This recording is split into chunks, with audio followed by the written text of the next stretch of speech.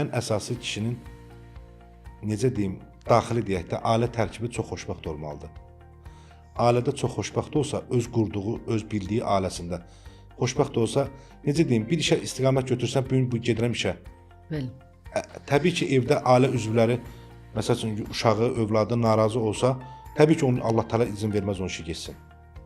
Birinci növbədə ailə xoşbəxt olandan sonra, yəni ailə tərkibində xoşbəxtsənsə, sənin çöldə işini Allah çox asanlıqla da, yəni üz üstə mən gedim, hansısa bir maşından 1000 manat pul qazanım, ondan götürüm yoldaşıma, üz üstə övladıma 1 manat qıymayımsa, bu deməli, yəni Allah onu sənə heç vaxt yetirməz. Mən elə bir insana da bir, necə deyim, mən bir insan kimi baxmıram. Kişi xoşbəxt olmalıdır ki, çöldə işi geçsin. Düzdür. Üzü gülsün, evində problem olan insan, məsəl üçün mənim adicə hər bir ailədə söz olduğu kimi, mənim ailəmdə söz olanda mən həmən günü üstəm normal istiqamət götürə bilmirəm işimdə. Fikrim qalır ki, bunu belə eləmədim, bunu, amma üstəm ailənin üzü güləndən sonra atanın, ananın ən əsası bir kişi özünə yaxın yoldaşı, yəni ən sirdaşı yoldaşıdır. Bəli.